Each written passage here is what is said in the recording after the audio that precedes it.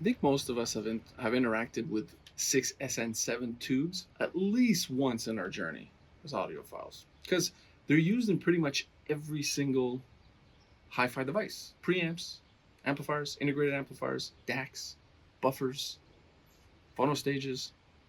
They're all over the place. So today, I'm going to talk about all the ones that I currently have and share with you all what I think of each of them.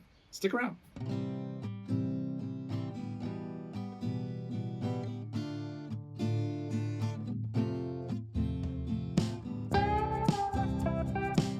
So why 6SN7? Why is it all over the place? That's right, it's in preamplifiers, amplifiers, integrated amplifiers, DACs, phono stages, tube buffers.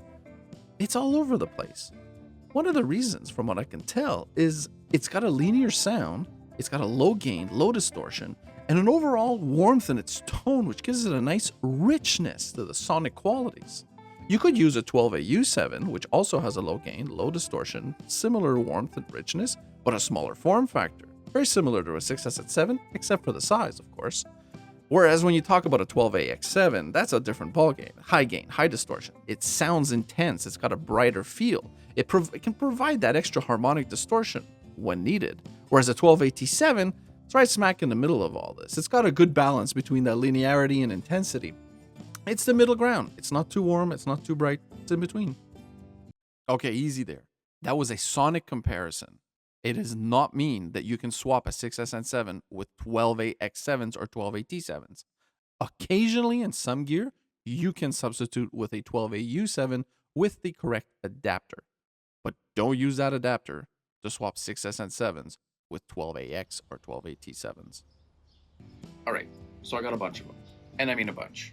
So for those of you who've been following my channel, as you all probably know, I am currently playing with Cryotones. This is the 6SN7 Cryotones.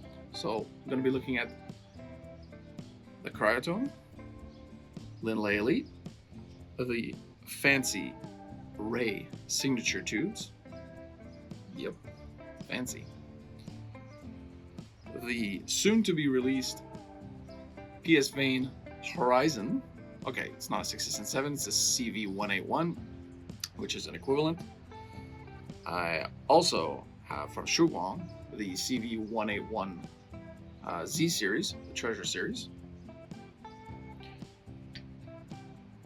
I'm also using a new old stock sets of Raytheons.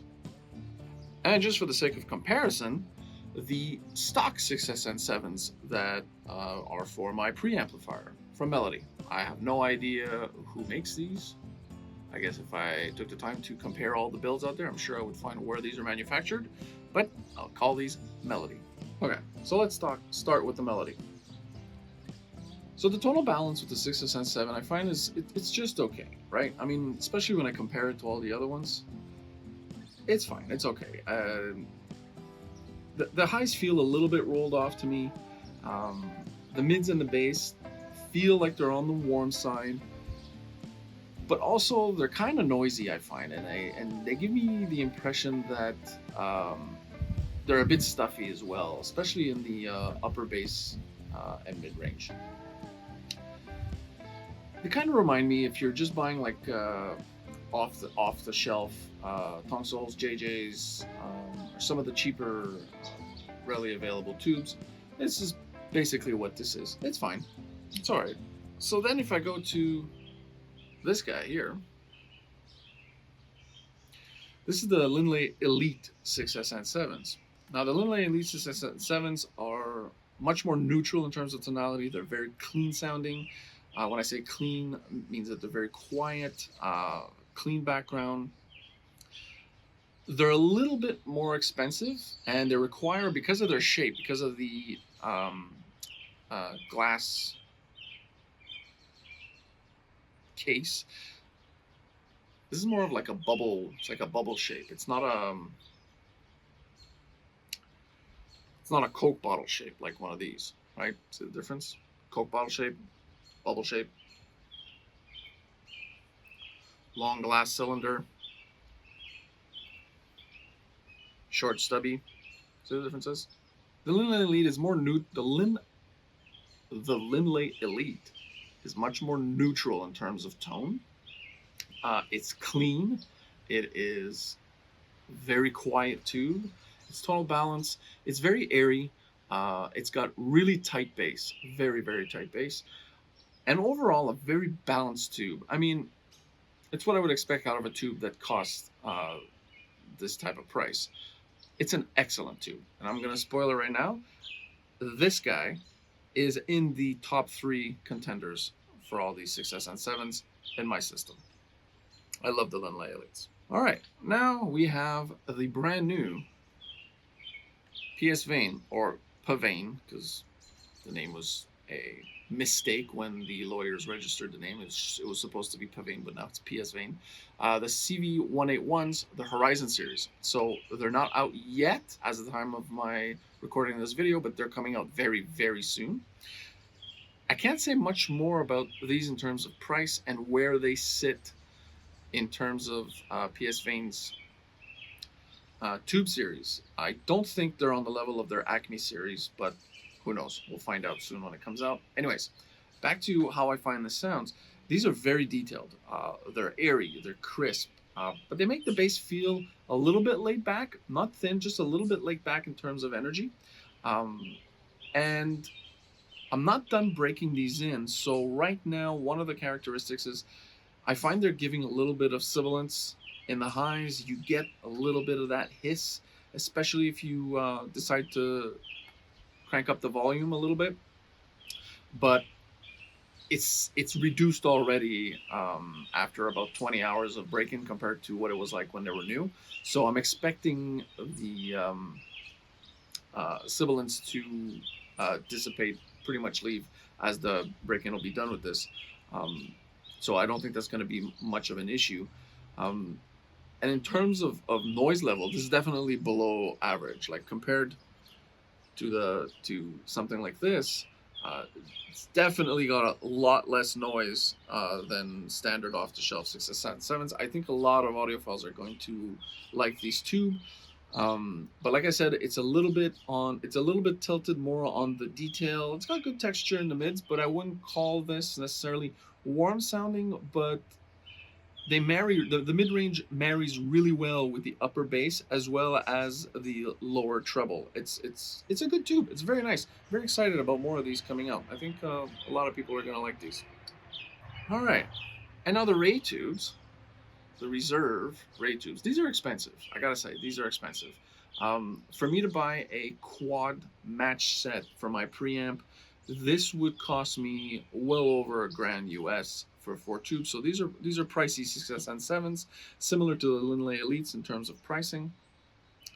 But I gotta say though, these tubes are smooth. They're detailed.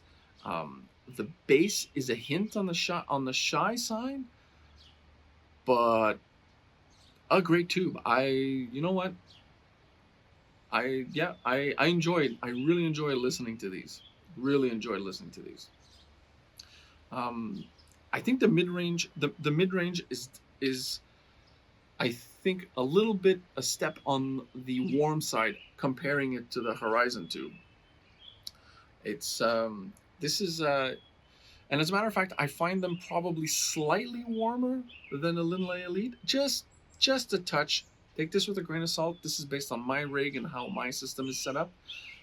Results will slightly vary depending on what electronics you would use these.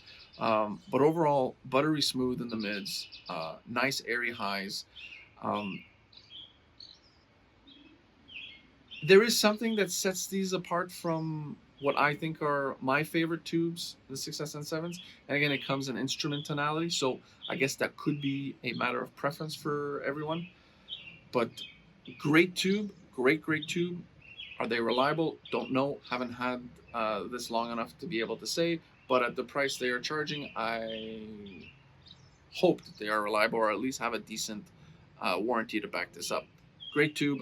Also in my top 3 contenders in this pack. All right, let's try a new old stock. So, new old stock Raytheon. This is a fun tube. And I mean fun. Why? Because the bass slam and the tightness in the bass and the bass energy that this Raytheon provides is very, very good. It's still got clean highs, and it's got solid lower mids. I have to say, like to me, I find like Johnny Cash's voice with this tube sounds a little bit deeper than it normally does. Again, that's a matter of preference, what you guys like. But it's fun. Like I said, very fun tube. Careful when dealing with new old stock 6SN7s and the gear you're going to use it in.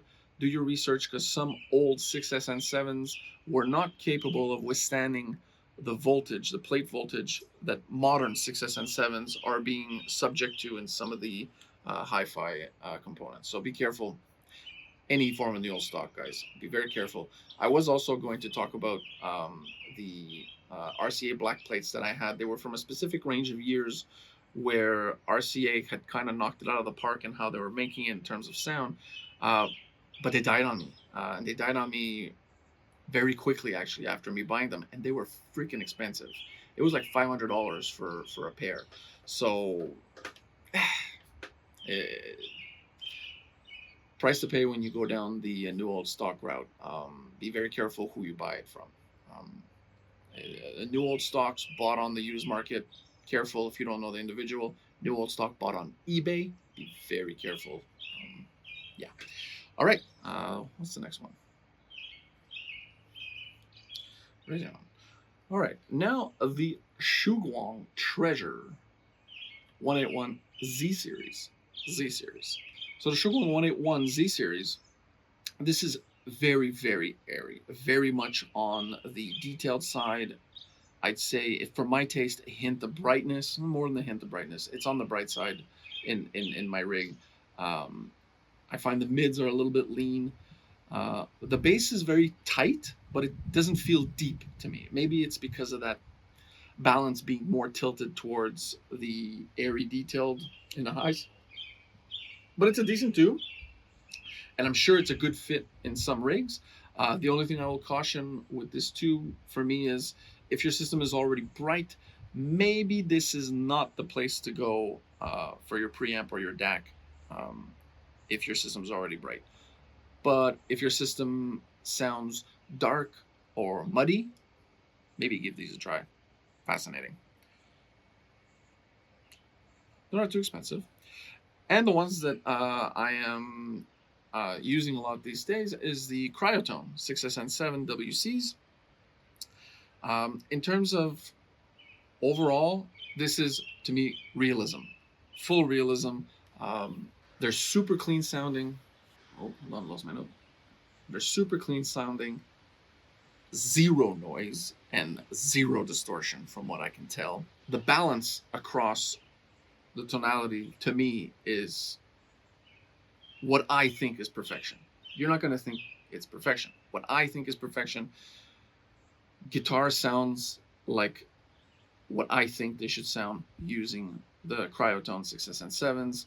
Those among you that know the sound of each guitars, like you can tell the difference between a Gibson, between a Martin, between a Taylor. This type of tube really brings that out. And it's really something that I love probably the most about the Cryotone tubes, because at the same time, it makes the bass so detailed and refined that when you have that level of bass in your system that this definitely contributes to, it actually makes the highs and the mids sound a lot better. It really does. And what was also great, as opposed to all the other tubes I mentioned so far, is when you buy these brand new, I heard zero difference in sonic character from day 1 to day 18 in the break-in process. So the cryo treatment process that Cryotone follows for these tubes does something special. I'm not sure what's different exactly to what other cryo treatment processes are. What I can tell you is it takes a long time to properly treat, cryogenically treat.